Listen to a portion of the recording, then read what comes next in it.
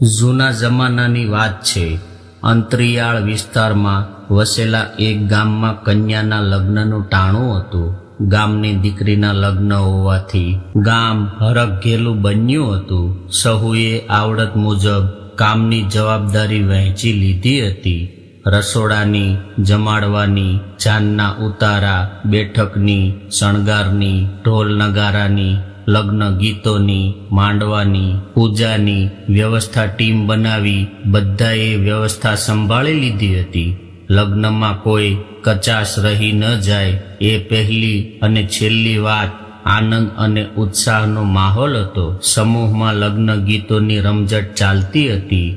જાન આવી પહોંચી હતી. જાનૈયાઓને આદર સત્કાર સહિત ઉતારો આપવામાં આવ્યો. વાજતે ગાજતે વરઘોડો નીકળવાની તૈયારીમાં હતો. જાન બળદગાડામાં આવી હતી. ગામના પાદરે બળદગાડાને વિસામો અપાયો હતો.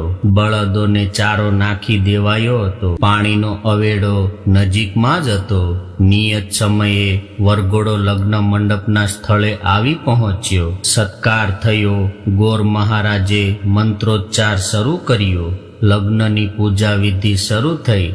સાવધાનનો સાદ સંભળાયો. હસ્તમેળાપની થાળી વાગી. જાનમાં આવેલા જાનૈયોને મહેમાનોને જમવા આવવાનું કહેણ લગ્ન મંડપમાં પોકારાયું. જાનમાં આવેલા યુવાનોએ હઠ પકડી, જમવામાં કઢી બનાવી હશે તો જ અમે લોકો જમવા બેસીશું.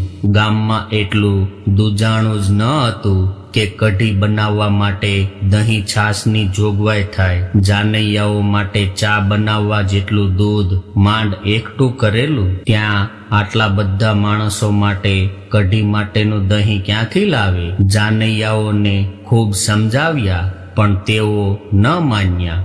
કઢી જ ખાવાની હઠ પકડીને બેઠા. કરવું શું? સહુ વિસામણમાં પડી ગયા. વ્યવસ્થાપકોને કોઈ ઉપાય જડતો ન હતો. લગ્ન મંડપથી થોડે દૂર ખાટલા ઢાળી ગામના થોડા વડીલો જમવાની રાહ જોતા આપસમાં ગપ્પા મારતા આરામથી બેઠા હતા.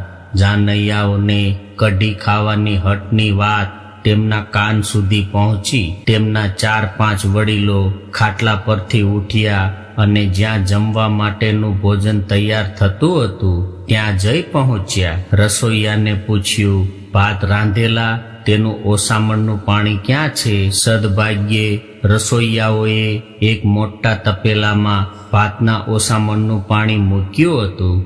અનુભવી ઘરડાઓએ પૂછ્યું, મીઠો લીમડો તો છે ને? મીઠા લીમડાના પાન હાજર હતા. ખાટી આંબલી ગોળનું પાણી પણ તૈયાર હતું. વડીલોએ 2-4 યુવાનોને કહ્યું, આ ઓસામણના પાણીના તપેલાને ઉચકીને ચૂલા પર મૂકી દો અને ચૂપકીથી થોડો આંબલીનો પાલો લઈ આવો. પછી રસોઈયા તરફ વળીને કહ્યું, આદુ મરચા, મરી મસાલો, મીઠું તથા કઢીમાં નાખવા યોગ્ય બીજો મસાલો તૈયાર કરો. ત્યાં સુધીમાં તો ભડભડ થતા ચૂલા પર મૂકેલા તપેલામાંનું ભાતનું પાણી બરાબર ઉકળી ચૂક્યું હતું. રસોઈયાઓએ માપસરનો મસાલો, મીઠા લીમડાના પાન, પાલો કઢીમાં નાખ્યો અને ઉપરથી હિંગ, જીરું, આખા મરચા સાથેનો ચોખ્ખા ઘીનો વઘાર કર્યો.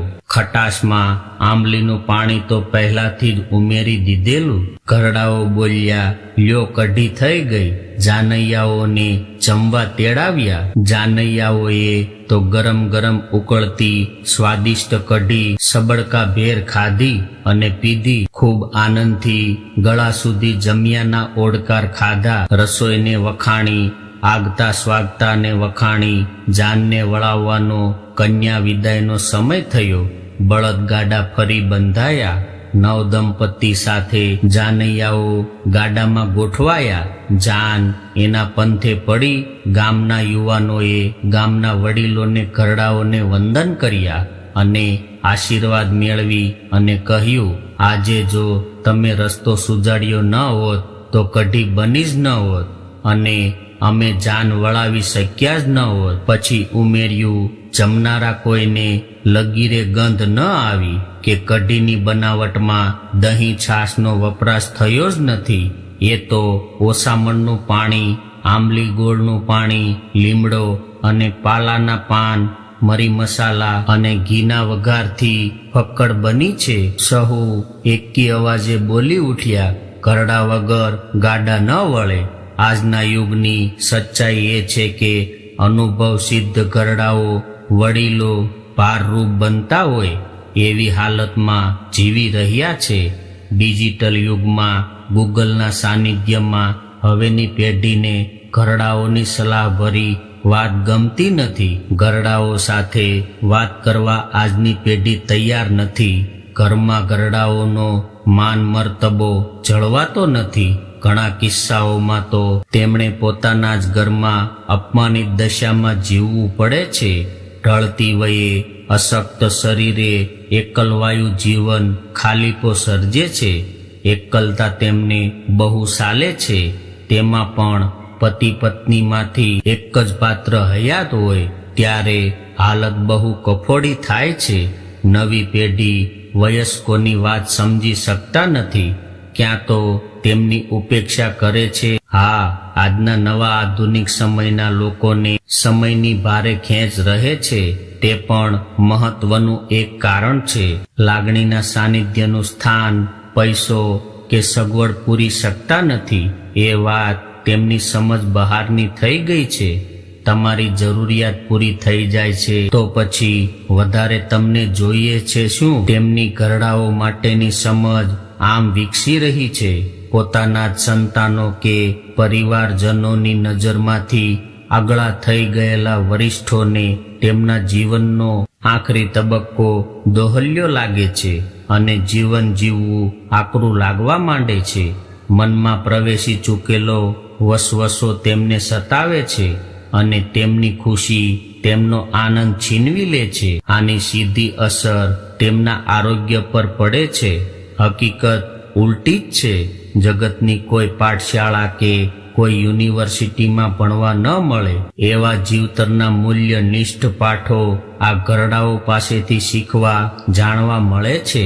સંઘર્ષ કરવો, પડકારનો સામનો કરવો અને આગળ વધવું એનો અનુભવ નિચોડ એમની પાસે છે. સામાન્ય તકલીફમાં પીછેહટ કરી દેતી કે આત્મહત્યા કરી લેતી આજની નવી ઉગતી પેઢીએ ઘરડાઓ પાસે પહાડ જેવી મુસીબતોનો સામનો તેમણે કઈ રીતે કર્યો અને જીવન કેવી રીતે કંડાર્યું તે જાણવા જેવું છે. ઘરડા ઘર વધે અને તેમાં ઘરડાઓ વસવાટ કરે એ તો સામાજિક કલંક છે.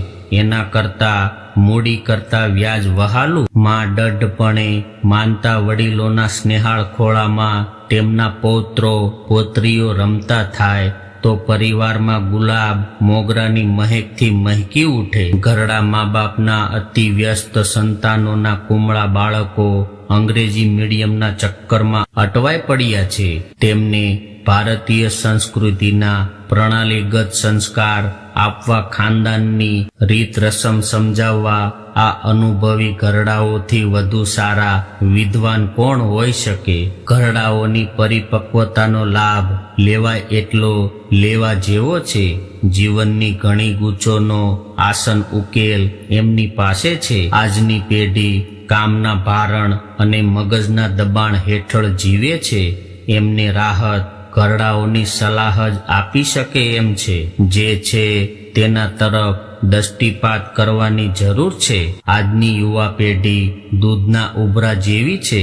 ધૈર્યનો અભાવ તેમના સ્વભાવને નડે છે. નાની એવી વાતમાં સંછેડાઈ જાય છે અને સામો જવાબ વાળે છે. તેમના મનમાં કટુતાનો કોઈ ભાવ હોતો નથી, પણ વાણી પર લગામ નથી. પાણી ગમે તેટલું ઉકાળો ઉભરાતું નથી, બલકે જેટલું વધુ ઉકાળો તેટલું વધુ શુદ્ધ થાય છે. ઘરડાઓ વડીલોની ગમે તેટલી ઉપેક્ષા કરો, તેમનો સ્નેહભાવ ઓછો થતો નથી, બલકે તેમના સંતાનો જેટલા તેમનાથી દૂર જાય તેટલું જ તેમના તરફનું ખેંચાણ વડીલો ઘરડાઓના દિલમાં વધતું જાય છે. આ તેમનો સ્વભાવ છે. એ વાસ્તવિક હકીકતનો સ્વીકાર આપણે બધાએ કરવો જ રહ્યો. મિત્રો, આજની સ્ટોરી તમને પસંદ આવી હોય તો તો વિડીયોને લાઈક, શેર અને ચેનલને સબસ્ક્રાઇબ જરૂરથી કરજો. જય શ્રી કૃષ્ણ.